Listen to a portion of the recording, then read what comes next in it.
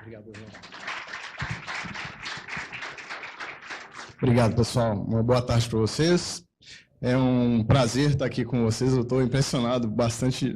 Tá um auditório cheio aqui. O Eduardo e o Duzão e as meninas da organização estão falando que teve cerca de 100 pessoas esperando, o que é legal, que mostra que o Brasil está buscando essa competência tão importante de analytics, de Big Data, para poder gerar transformação nos negócios, para poder trazer tecnologia e inovação para a gente, para nós da área de tecnologia também. Então, é bem legal ver todo esse interesse aqui.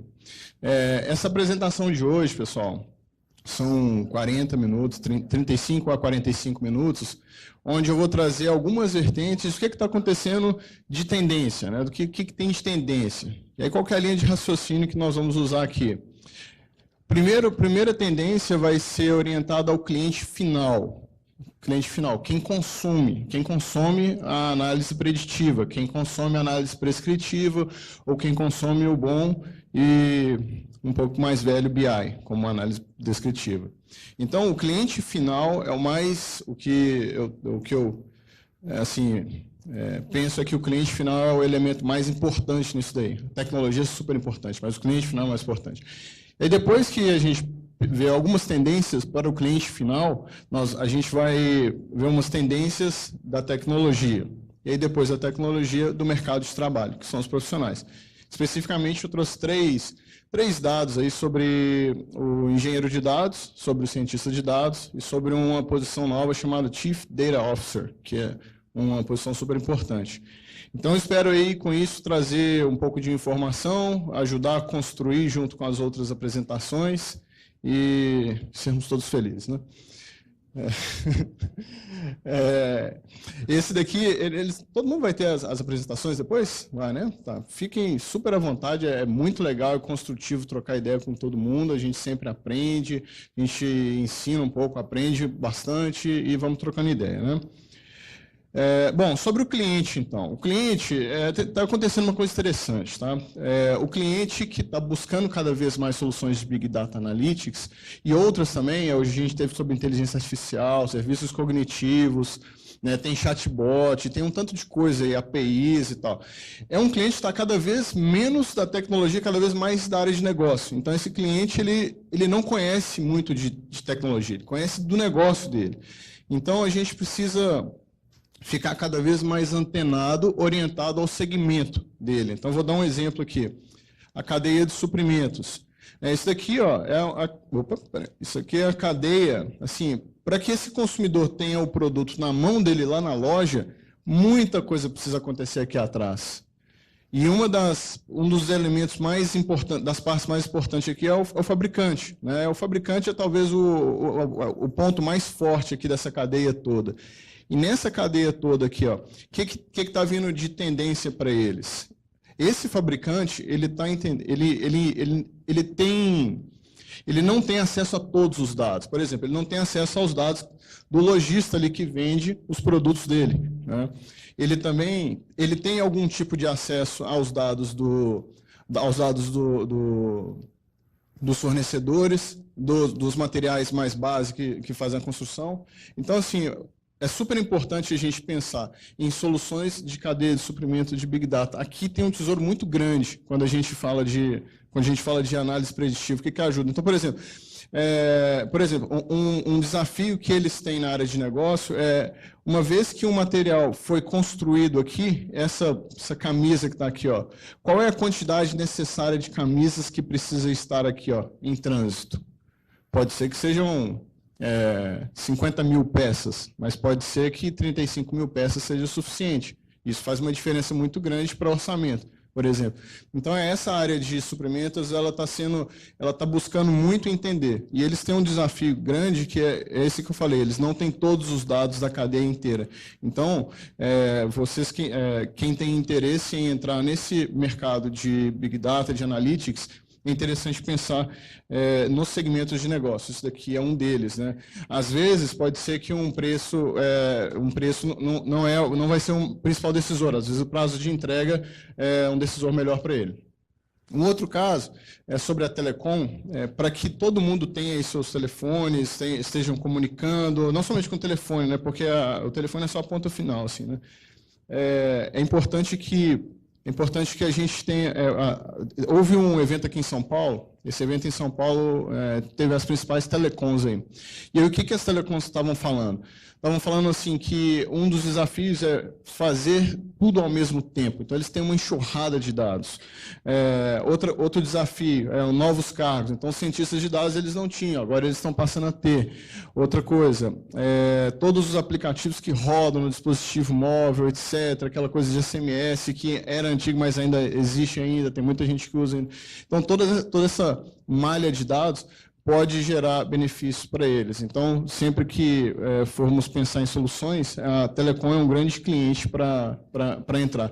O Telecom tem uma característica interessante, que é a característica de ser muito na web, né? E aí surge um novo tipo de analytics chamado Web Analytics, que é um analytics que verifica tudo o que está acontecendo, toda a experiência em múltiplos canais de um mesmo cliente para aquela operadora, e aí como que a operadora ela tem que se comportar. Isso vai gerir campanhas diferenciadas, isso ajuda a segmentar os clientes, isso ajuda a muitas coisas.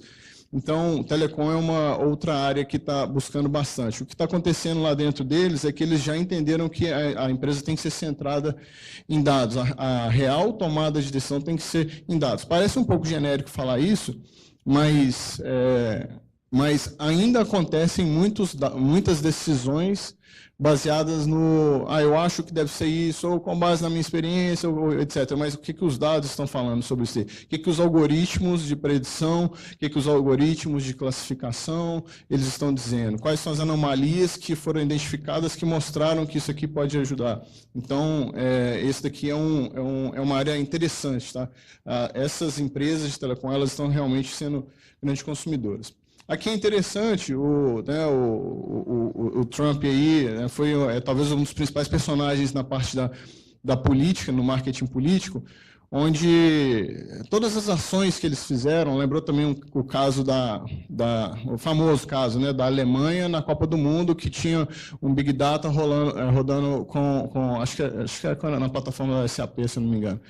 Então, assim, todas as ações que ele foi tomando com base em insights que foram gerados. Então, em 2018, já existe uma tendência grande, uma tendência forte de que as ações serão orientadas a isso. Tem aí um estudo de que nós, quando vamos buscar informação, a gente busca ela seletivamente, de acordo com aquilo que a gente gosta. Então, a gente é atraído por aquilo que a gente gosta. E aí, o que o pessoal de marketing faz com algoritmos, eles conseguem... e aqui tem um outro conceito também, né, que é a varredura na internet, né, com web scraping. O Python é uma plataforma muito usada para isso. Então, assim, essa busca de dados e inserindo esses dados dentro dessa estrutura de data lake, né, que a gente conhece hoje em dia, ele permite várias análises para que aumente a chance de alguém ser eleito. Isso está acontecendo. E é uma outra tendência aí. Então, só recapitulando o que a gente está passando aqui, a gente está passando por algumas tendências segmentadas de negócio, depois umas tendências genéricas, o que os usuários finais estão querendo. Por que isso é importante para a gente? É importante para nós como... Deixa eu só fazer uma pesquisa rapidamente aqui. De vocês aqui, quem vai gerar ou está gerando ou pretende gerar soluções de analytics? Ótimo. E quem vai consumir soluções de analytics, ou seja, mais pessoas orientadas, são mais clientes, etc. Ótimo. Então, já dá para fazer um marketplace aqui. Tá bom. Então, assim, essas pessoas que levantaram as mãos, né, falando assim, eu quero consumir analytics. Beleza. Estou trazendo alguns insights do que essas pessoas estão buscando. E aí tem uma segunda parte onde eu vou mostrar para quem vai gerar soluções, o que o mundo está gerando, de tendências novas. E aí depois o mercado de trabalho, que vai atender... Assim, é pouco tempo, a gente fala bastante coisa, mas já vai ajudar a trazer um pouco de tendências de 2017, 2016 e 2018. O famoso 2 casos aí da Netflix, né, na área de entretenimento. Isso aqui eu descobri recentemente. O House of Cards, eu sabia que, né, todo mundo sabe que é uma produção independente, né, a produção da Netflix. O que eu não sabia é que, assim, geralmente eles contratam um episódio faz um episódio de teste aí, deixa eu ver se vai dar sucesso, deixa eu ver se vai ser legal e tal. Nesse caso, não. Eles foram lá e já colocaram $100 milhões para fazer a produção do House of Cards, que é uma série originalmente inglesa. E aí, por que eles fizeram isso e desembolsaram $100 milhões com base em dados de analytics, com base em dados de Big Data, na escala deles é Big Data, certamente. E aí também eles perceberam, aí aqui eu nem diria que aqui é um caso de analytics mesmo, putz, deixa eu ver se realmente faz sucesso. O David Fincher é o diretor, e assim, o que eles juntaram? Esse é um assunto, é um tema que é de interesse para muitas pessoas. Quando a casadinha aí, Kevin Spacey e o David Fincher, é uma casadinha que dá sucesso, eles como diretores. Então, isso já foi suficiente. Orange is the New Black é uma série que eu não assisti. Minha esposa, ela gosta dessa série. E ela é bem famosa, essa série, já está na 6ª temporada. É uma série que tem um humor aí bem marcante, e eles descobriram com análise de que essa série aí, ela seria muito bem sucedida. E aí, com base nisso, o que acontece também? Não sei se vocês, quantos aqui são produtores de vídeo, né? Tipo, igual tem a Hotmart, por exemplo, a Sambatec, que são players nacionais de plataformas de vídeos. E obviamente, o YouTube também. O nível de controle que essas plataformas dão para o produtor de vídeo é absurdo. A pessoa sabe exatamente assim, quantos pauses foram dados, em quais cenas foi o player, né, foi retornado, quanto tempo gastou-se de um episódio para o outro. Existe também uma coisa que a Netflix avalia, que é assim, tem um episódio chamado Game Changer, que é o episódio que define se a série vai ser bem sucedida ou não. Aí tem um episódio famoso e aí tem um artigo que mostra todos os episódios, aquela série lá do Breaking Bad. Tem um episódio que assim, o nível de adesão aumentou demais. Então, o que eu estou querendo dizer é que essas plataformas de vídeo, elas têm uma enormidade de dados. E aí, todo o nosso entretenimento ele vai vir com base nisso. Então, parques de diversão, toda essa parte de música, etc., tudo é rastreável. E esses dados, eles podem ser aproveitados para tomada de decisões, tá?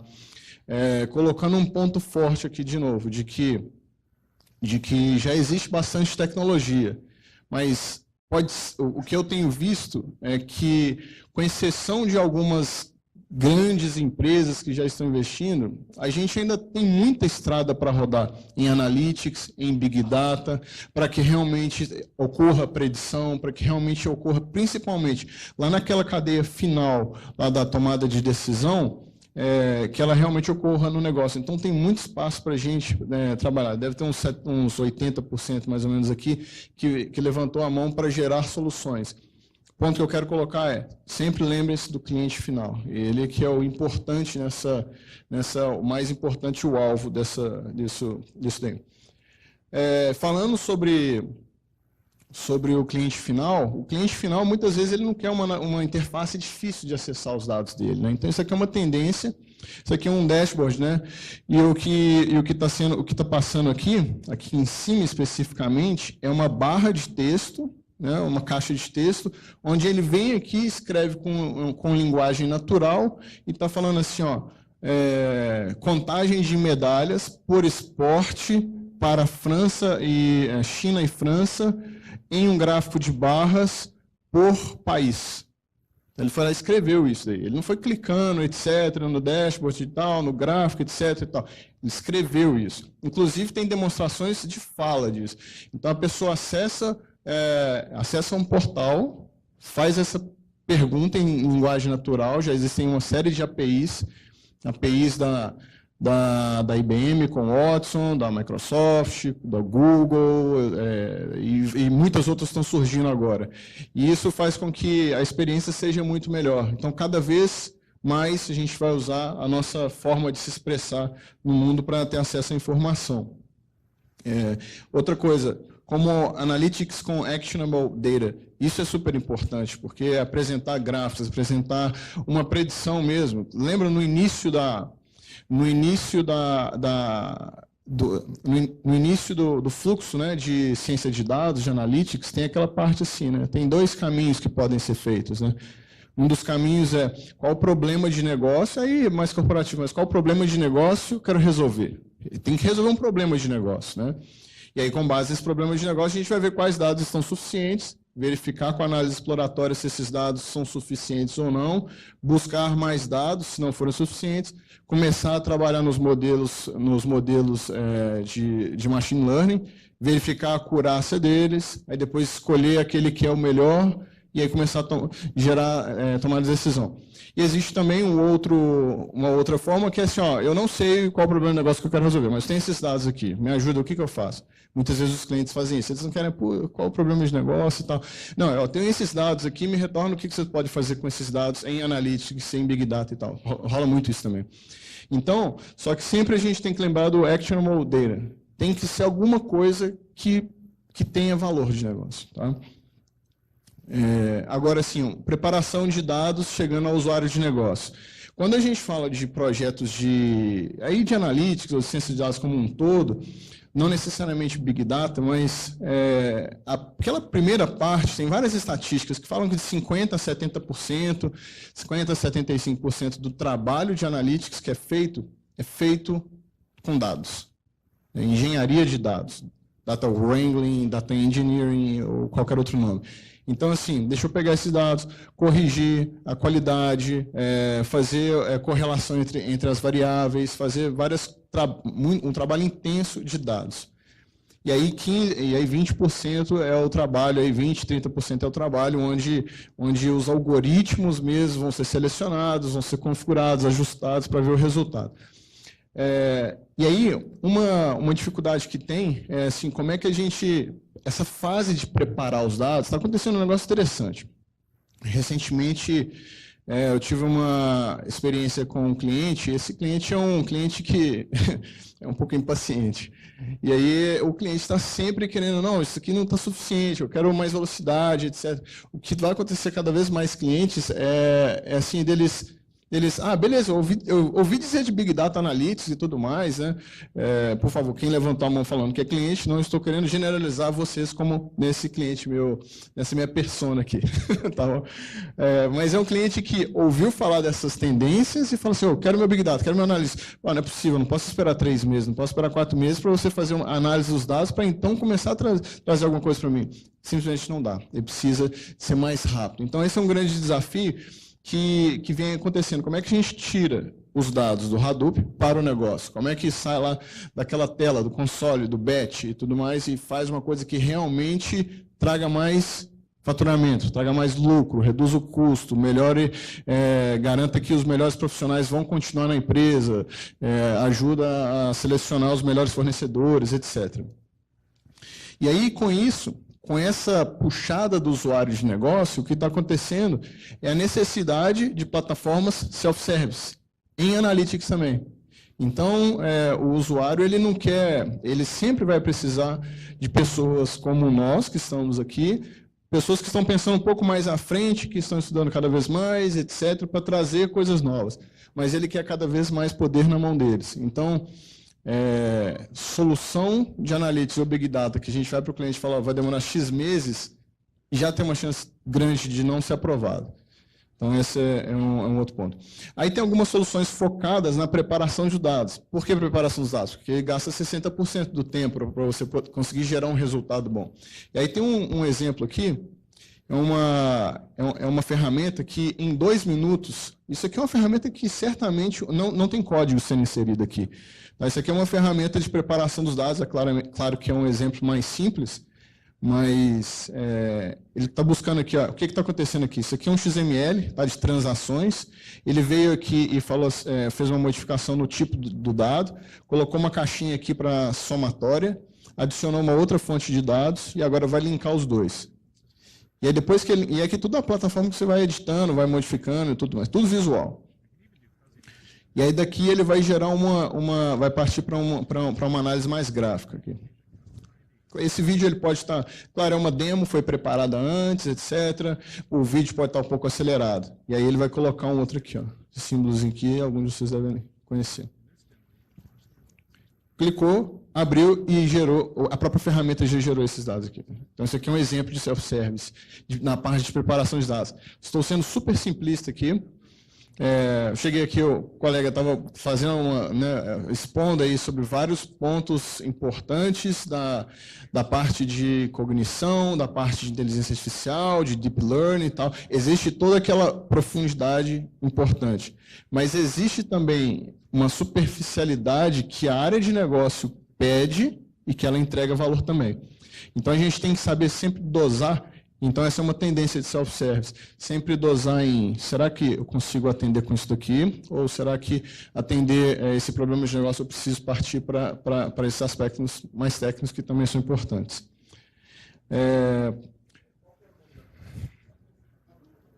A ferramenta visual era o Tableau, e aí tem uma outra ferramenta inserida aqui também, que nesse caso era, desculpa, aqui, ó, Alteryx. Essas outras duas, elas oferecem isso também, tá? Essa Trifacta e Paxata.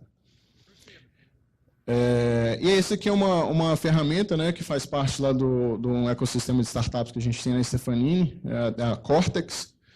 E a Cortex é uma ferramenta self-service na nuvem, em português, e com ela, no navegador, o usuário consegue selecionar as fontes de dados, tem alguns templates de preparação, etc. Então, assim, isso daqui, ó, já está acontecendo, em escala de startups e em escala de empresas grandes também.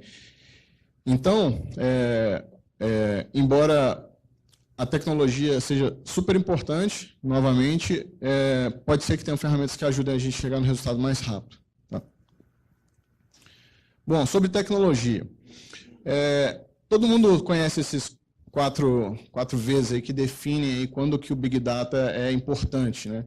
E aí o que o Gartner falou, que ao longo desses anos aí de Big Data, que deve ser uns 8 anos, 6 anos mais ou menos, o principal desses aí é a variedade. Volume, velocidade, a veracidade dos dados são importantes também, mas a variedade é muito importante. A mais importante é a que gera investimentos de negócio. Por quê? E é interessante entender isso. Porque, assim, imagina uma empresa que precisa de uma solução de analytics e Big Data. Alguém conseguiu fazer o convencimento e trazer isso dentro. Se a coisa está dando certo, ela vai querer fazer o quê? Inserir cada vez mais tipos de dados diferentes.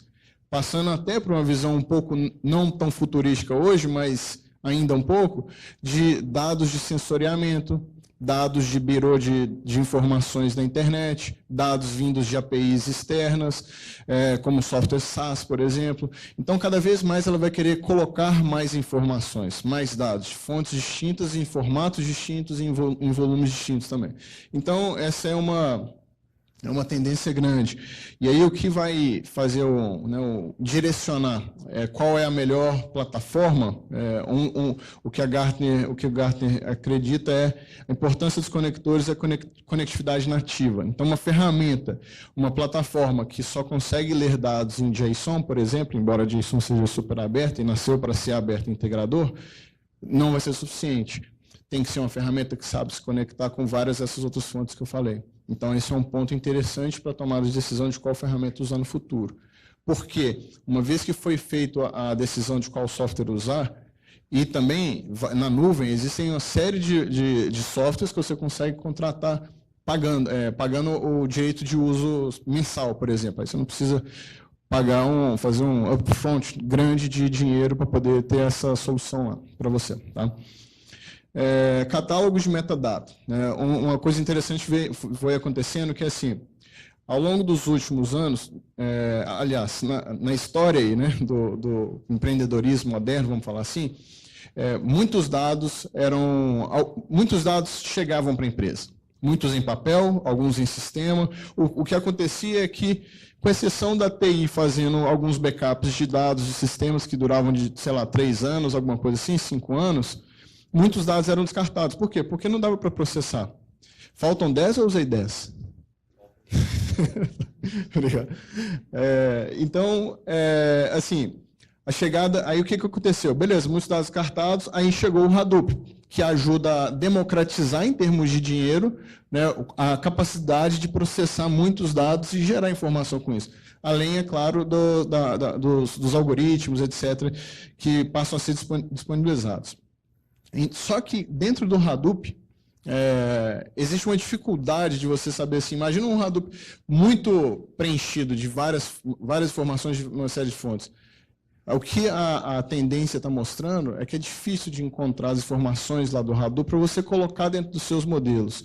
Então, está existindo agora esse catálogo de metadata. O que é isso daqui? Funciona assim, ó. Isso aqui é um exemplo, tá? Existe uma empresa chamada Waterline que faz isso. Então, a gente tem aqui o Data Lake, onde existe a ingestão de dados de múltiplas fontes. E essa injeção de dados de múltiplas fontes, ela esquece que tem o Waterline aqui. Aí tem o quê? Tem o inventário, aí depois você vai buscar e entender, etc., fazer a provisão dos dados. Aí depois aqui tem todo aquele papel do trabalho da engenharia dos dados. O ponto que eles estão colocando aqui, o catálogo de metadados, essa parte azul, é uma parte onde ele imagina, sabe aquele... Nos slides anteriores eu falei sobre um robô de captura de informações na internet, né? No slide do Trump. Né? Isso daqui é como se fosse um robô que vai varrendo todas as informações que você tem na empresa. E aí ele vai mostrar para você assim, ó, ou até dentro do Hadoop, inclusive. Ele vai para você, aliás, dentro do Data Lake, né? Depois que ele vem sendo preenchido. Ele vai mostrar para você assim, ó, você tem esse dado daqui, ó. É como se estivesse numa estante gigante, ele fala, opa, aqui ó, tem essas 4 gavetas aqui, você não sabia, mas tem essas 4 gavetas. Então ele vai mostrando, é interessante isso aqui, é um catálogo de metadados, eu nunca tinha ouvido falar. Interessante isso aqui, porque quanto maior vai ficando o Data Lake, mais difícil você vai ficando de... Existe um movimento também chamado Right Data, além do Big Data também, onde onde ele foca em focar nos dados corretos de negócio. Uma outra tendência também é sobre, beleza, todo mundo está falando de dados, de análise, de data lake, data warehouse, que ainda existe uma diferença entre os dois conceitos, mas e a segurança dos dados? Porque pode ser que tenha problema de segurança de dados. E aí, existem 3 ferramentas aí da Apache, que são ótimos na criação das ferramentas, mas não muito bons na criação de logos dos produtos deles. São ferramentas que são boas, inclusive, que a gente pode usar. Eles servem para dar granularidade ao acesso dos dados.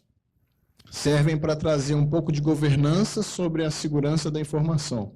E é super importante isso aqui. Realmente, né, o Big Data, a ideia dele é trazer uma enormidade de dados. E pode ser que uma pessoa não possa utilizar esses dados. Né?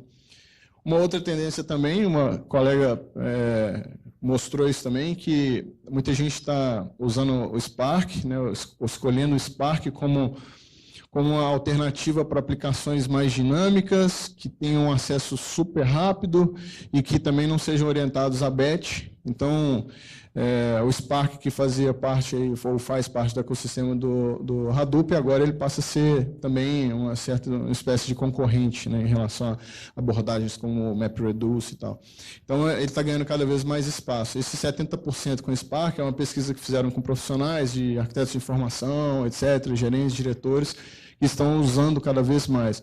O que está acontecendo é que, dentro de um roadmap, de um ecossistema de ferramentas que uma empresa usa, não está acontecendo mais somente aquela assim, Big Data, Analytics, Hadoop. Não, tem outras opções também.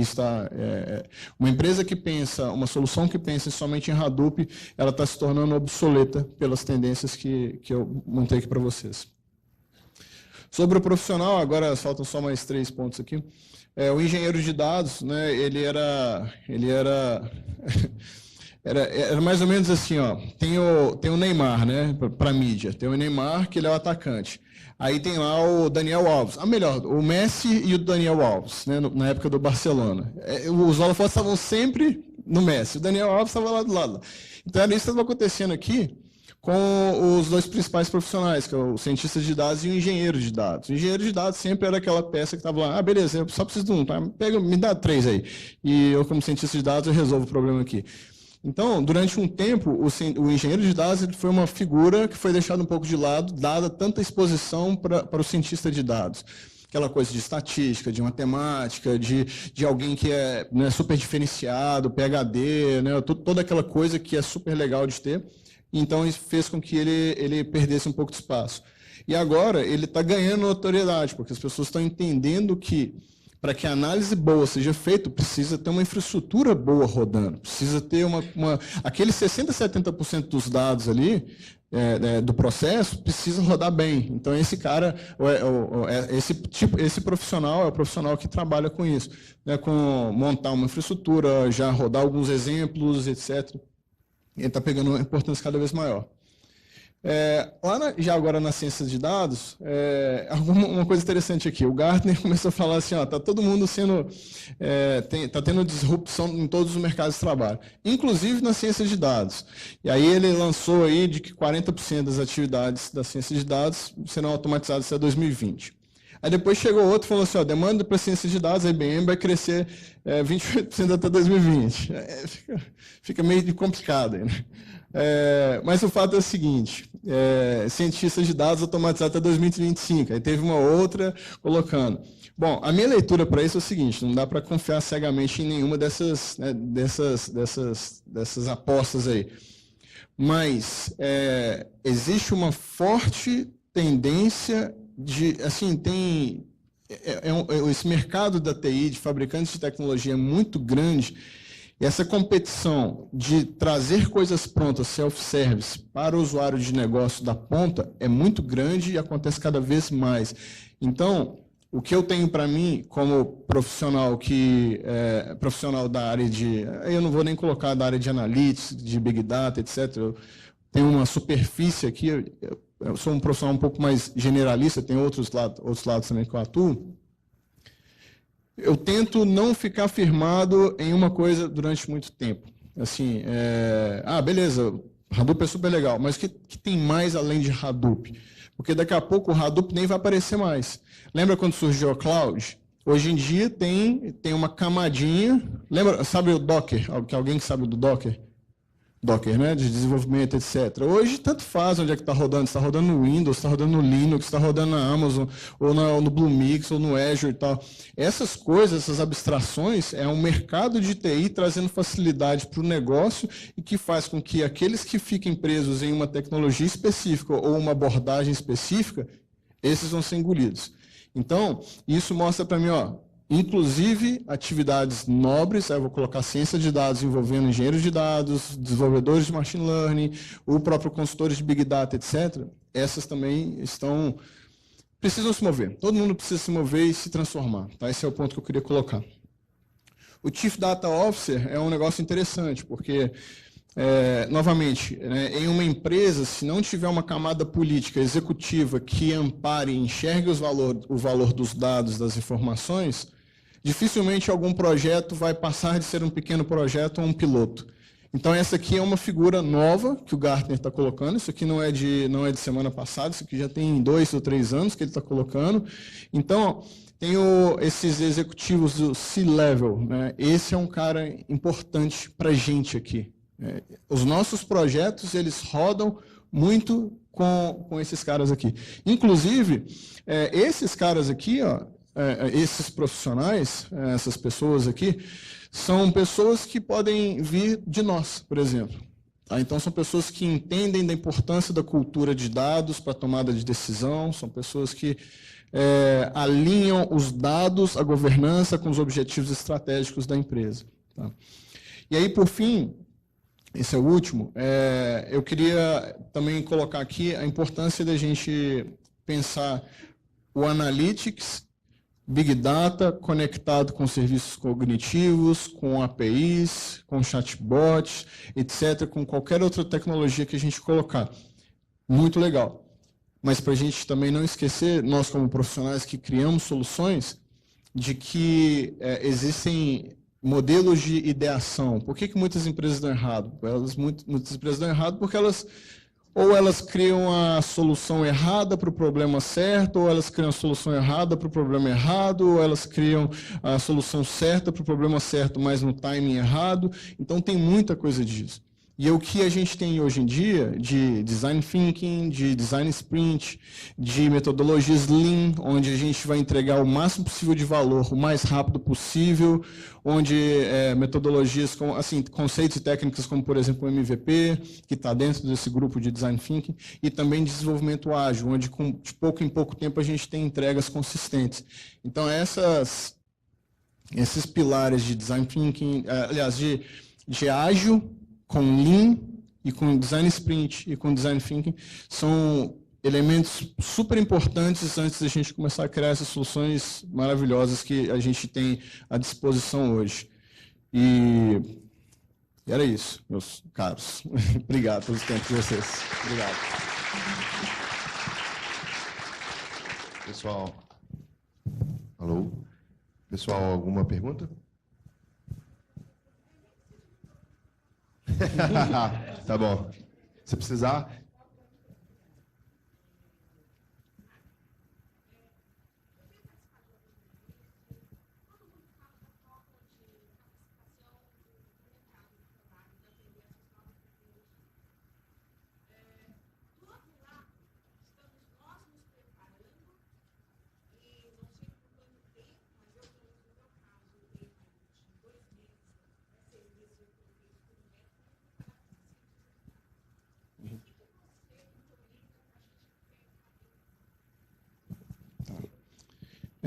Eu vou tentar dar uma resposta prática de alguém que tenta aprender de maneira autodidata também, tá? Porque de 2 a 6 meses é um período curto para essa meta, mas você já vai conseguir ter vários entregáveis legais para a sua carreira em 2 a 6 meses. Eu faria uma investigada boa num site chamado Kaggle. É um site onde tem uma série de... Kaggle. Foi adquirido pelo Google recentemente, inclusive. .com, kaggle.com. É um site onde você tem milhares e milhares de datasets públicos. Você pode começar a se divertir, é um parque de diversão de dados lá. Você pode pegar aquilo ali. Tem competições, onde tem desafios que falam assim, olha, você tem esses dados, o problema que precisa ser resolvido é esse. Deem as soluções. Aí tem uma espécie de hackathon, onde várias equipes colocam as suas soluções e aí você pode ver como é que foi dada a solução. Então, isso é um exemplo interessante para começar. Existe um outro... Acho que eu ia falar. Não. Existe uma outra coisa que tem aqui mesmo a gente tem aqui, ó, Data Academy, né? Data Science Academy. É um excelente site para você buscar. Tem cursos online. Então, eu indicaria você acessar lá também como uma fonte de cursos online.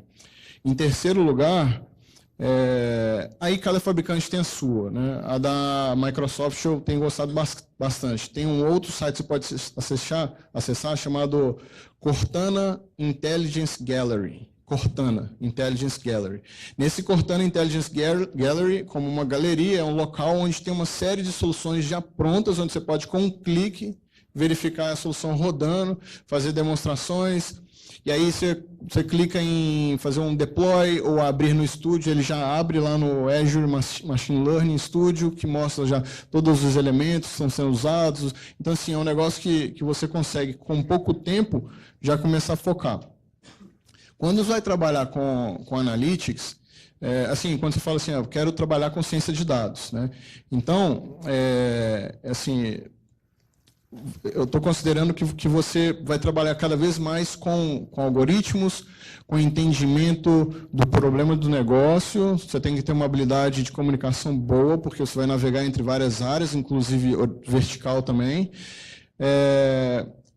Algo importante de você saber fazer é também o que você faz com essa informação que foi com o resultado do seu modelo que foi perfeito, está dando 90% de acurácia e tal. O que você faz com isso? Você precisa saber também, porque isso é o que vai trazer o valor de negócio. Então, isso vai gerar um relatório, mas vai um relatório chato e tudo mais, que alguém vai pegar e colocar na gaveta, ou vai gerar um web service que vai ser exposto e que você pode conectar numa aplicação. Então, essa importância do que vai ser feito com o resultado do seu trabalho é importante também. Então, é isso. O Kaggle, o Data Science Academy, o Cortana Intelligence Gallery e, claro, entrar em alguma comunidade para trocar uma trocação legal de informação, né? Então, eu diria isso. Tentei ajudar um pouquinho. Por favor. Eu estou aqui a convite do meu fornecedor. Eu sou de uma empresa, sou cliente há 3 anos de um fornecedor de Big Data. Então, se vale a pena um conselho de um consumidor, porque eu acho que a maioria aqui é desenvolvedor, né? Eu não sou de tecnologia.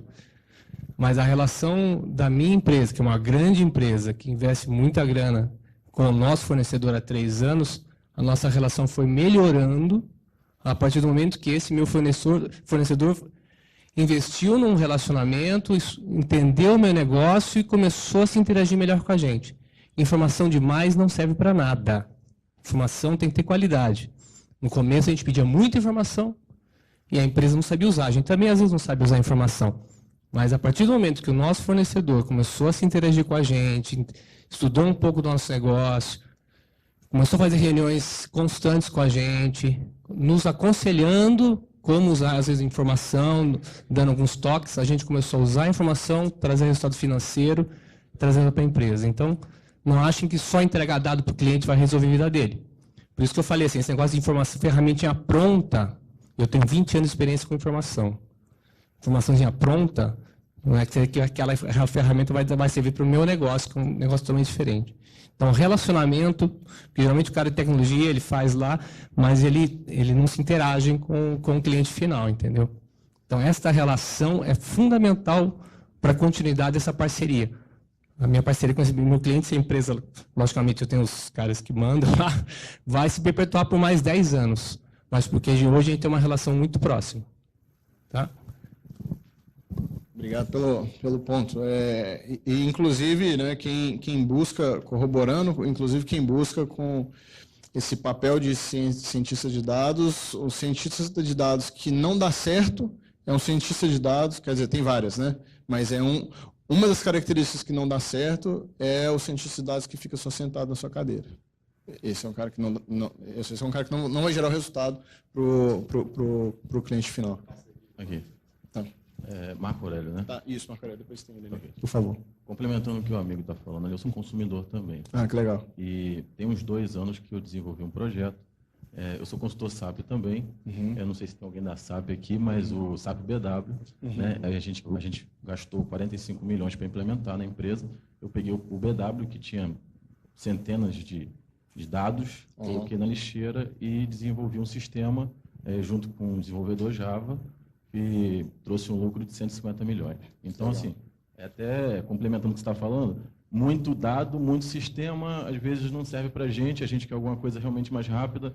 Até fiquei animado com esse novo papel que tem do integrador, né? Sim. Que é do mundo, para a gente aqui, do mundo underground, desculpa aí, dos nerds, e para a gente que nós somos aqui gestores. Eu fiquei animado. Por quê? Eu vi na minha própria atuação. 45 milhões, abri a lata de lixo, joguei o projeto lá dentro, desenvolvi outro, inclusive para a área de logística. Eu sou gerente de logística. Então, pô, olha a disparidade, olha a diferença. Então, até para vocês não perderem tempo, tá? Não perder tempo, porque a tecnologia evolui muito rápido. Então, foco e ajuda a gente a focar só no negócio. Legal, Tá, obrigado. Isso daí é interessante também, porque às vezes tem é pensado que é sinônimo, né? Big Data e analista, é a mesma coisa. Não, e ciência de dados também. Às vezes você pode gerar um resultado super legal sem ter essa enormidade toda de dados, né? Às vezes com alguns gigas de dados você já consegue gerar muita coisa boa, né? Acho que alguém tinha. Aqui. Tem alguém que tinha levantado a mão aqui. Ele tinha. Aqui, ó. Ah, tá bom. Uhum. Você iniciou sua apresentação falando do mercado de telecom, né? De como as empresas de telecom estão atuando nesse mercado. Olhando 4 principais. Eu trabalho fortemente com o mercado de telecom, por isso meu interesse. Olhando as 4 principais, as 4 grandes, como é que você vê cada uma delas e para onde o mercado de telecom vai no futuro, baseado um pouco no que aconteceu lá fora, por exemplo, lá nos Estados Unidos, com a Verizon, a AT&T, como é que você vê que isso vai refletir aqui no Brasil? Tá. O que aconteceu na Verizon lá fora? Só para eu tentar fazer um link, porque eu realmente não sei. Então, é isso que eu quero saber, assim, como lá fora vai influenciar aqui dentro? As boas práticas lá de fora vão influenciar aqui dentro. Tá bom. Bom, sobre o telecom, eu não sou especialista em telecom, vou colocar alguns insights que eu tenho. Eu estava em um evento recente de cidades inteligentes, e dentro das cidades inteligentes, um dos pontos em que o pessoal coloca muito é assim, o acesso do cidadão à informação e serviços da cidade. E muito disso é feito através das telas, né, o smartphone ou tablet. Então, e aí, para exemplificar que isso está cada vez mais viável, eu fiz uma pesquisa de smartphones, preços. E um smartphone bom já pode ser comprado por R$260. E um plano de internet pode ser comprado por R$5, R$7 por semana, por exemplo. Então, essa briga aí é uma briga que, assim, tem um volume grande, porque eles movimentam muito dinheiro, muitas transações, mas é uma briga de margens pequenas. Então, eu acho que eles não vão lutar ali. É igual o caso da Blockbuster com Netflix. Eu acho que nesse mercado está muito mais associado ao conteúdo e marketplaces que as empresas de telecom conseguem gerar e fomentar. E isso eu acho que é o que vai fazer. Lembra na época onde a gente tinha provedores de internet? E aí tinha o UOL, ele se prendeu, levantou a bandeira durante muito tempo, bandeira da informação, etc. Então, isso já é um pouco passado. O UOL já não é mais o mesmo UOL de antes, ele pode ser melhor ou pior, mas o que eu acho que está acontecendo com as telecoms cada vez mais vai ser o fomento do ecossistema de informação, marketplace, para o cliente final, para o consumidor final. E eles vão ser muito bem-sucedidos se eles fizerem o uso dos dados. Aí sim, a telecom sim tem muito acesso a dados. Então, é isso. Tem uma plataforma, um conceito de plataforma chamado Data Management Platform, são os DMPs. Os DMPs são grandes agregadores que as telecoms usam. Então, bom, os insights que eu teria, assim, uma visão pessoal, é isso daí. Marquinhos, mais uma pergunta lá de lá e outra de cá. Tá bom. Uhum. Em empresas grandes que Perdi. já... Oi, aqui. Cadê? Ah, tá, beleza. Obrigado, desculpa. Sou baixinha. Não, é só porque ele é mais alto. Em empresas grandes que já têm um BI tradicional, digamos assim, há mais tempo e que boa parte da empresa consome muito esses dados, eu vejo uma dificuldade muito grande de não só começar, como manter um projeto de Big Data, porque o BI tradicional ele é muito fundamental. Então, assim, algumas propostas que o pessoal fez aqui de criação de microserviços e etc., ele fica mais fácil quando você está montando uma arquitetura nova do que você tentar adaptar a sua arquitetura antiga para a criação desses microserviços. Uhum. Eu queria saber qual que é a sua opinião em relação a isso, tipo assim, como tentar conciliar o BI tradicional de uma empresa mais tradicional com essa parte de inovação, e se você acha que o que eu vejo muitas empresas grandes fazendo, tipo a Magazine Luiza, o Itaú ou algumas outras, é criar um núcleo totalmente separado de inovação, como se fosse uma área de TI nova de inovação, para poder pegar toda essa onda e manter o legado lá com uma TI mais tradicional. E se você acha que a gente consegue conciliar isso? Porque, no meu ponto de vista, igual no meu caso, que eu já cuido de um BI mais tradicional, a gente acaba ficando lá resolvendo os problemas, os pepinos do legado e tendo pouca oportunidade de participar desse projeto de inovação. Uhum. E você vê que assim, a empresa muitas vezes contrata terceiros e que até vem outras áreas que não são de TI, né? Chega um cara de marketing lá falando, vou fazer um Big Data aqui, né? E como que a gente consegue ter essa parceria para não ficar para trás, tipo, continuar na parte de inovação, mas manter esse legado? Tá. Sobre a parte do BI, a coexistência, eu vou tentar ir de várias das suas perguntas.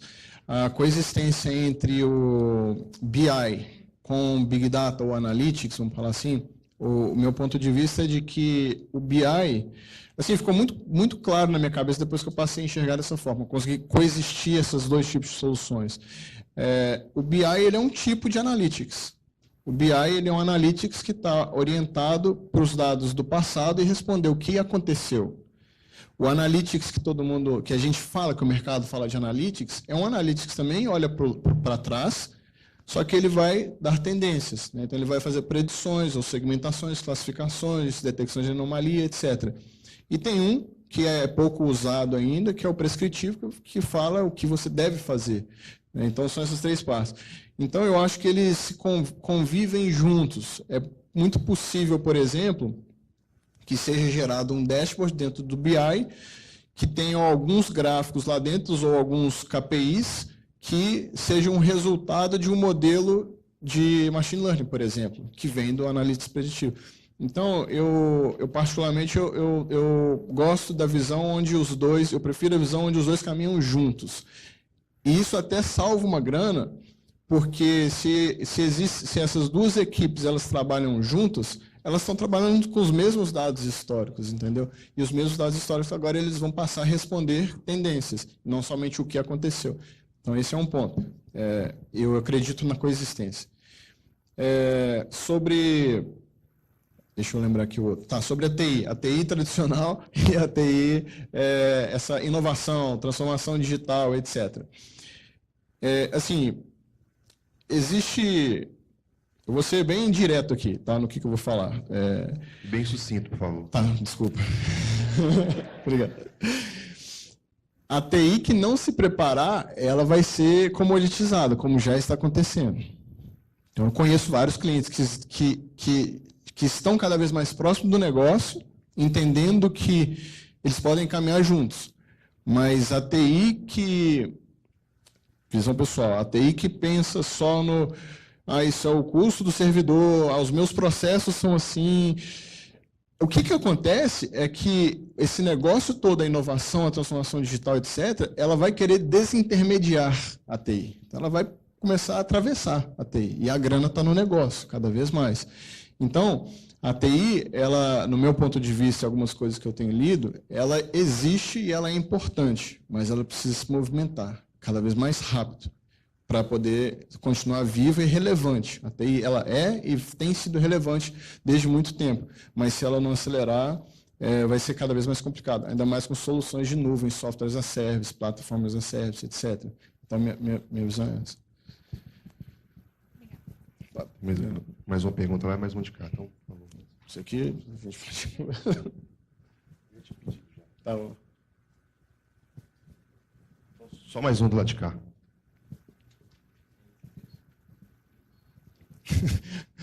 15 minutos depois. Bom, primeiramente, parabéns pela sua apresentação, foi muito legal. Obrigado. Eu queria saber, assim, que dica que você dá para uma empresa... Eu sou gerente de tecnologia de uma empresa voltada para contact center, e a gente está, nos últimos 2, 3 meses, se estruturando para abraçar essa cultura de Big Data e Analytics. E quando a gente começa a pesquisar e vai atrás de informação em como se estruturar para atender essa necessidade do negócio, cara, a gente encontra um mundo de informação na internet. Você, na sua apresentação, foi bem sucinto quando falou sobre as diferenças entre as carreiras, né? Engenheiro de dados, CDO e assim por diante. Então, assim, qual seriam os primeiros passos ou pathway para a gente poder sair de uma cultura hoje muito baseada em assumptions, muito baseada em interpretações subjetivas, para criar uma cultura de dados e uma cultura baseada em análise de dados? Qual que seria esse caminho? Tá. Dentro do grupo onde eu trabalho, tem uma empresa de call center. E eles estão, que faz call center também. E eles estão numa trajetória que eu acho interessante e eu gostei bastante. O ponto de vista deles, de tudo isso, e onde o Big Data Analytics entra, é de uma perspectiva de omnichannel. Então, vocês atendem clientes que ligam, né, hoje em dia. Mas o cliente que liga, ele também quer acessar via um chat também. Ou senão ele precisa sair e receber um status por um SMS que seja. O WhatsApp não tem jeito por causa da API, mas por um Skype ou um Telegram, etc. e também tem o cliente que quer só receber um áudio com resultado em qualquer lugar. Então, existe um leque grande de possíveis tecnologias, de várias que a gente falou aqui, que, na minha visão, eu gostei bastante da abordagem deles. É partir da visão de Omnichannel, que são vários canais que a gente atende o cliente, mas esses canais são integrados e permitem que uma pessoa comece um problema em um canal, vá permeando por outros. E nessa jornada desse cliente, muitas pontinhas de dados vão ser levantadas. A partir dessa pontinha de dados, pode ser feito várias coisas que estão sendo discutidas no evento. Então, eu partiria pelo caminho de Omnichannel. É o que eu tenho visto e que o pessoal está investindo bastante lá. Pessoal, nosso tempo está um pouco curto, então muito obrigado, Marco Aurélio. Obrigado, pessoal. Valeu. Obrigado. Valeu.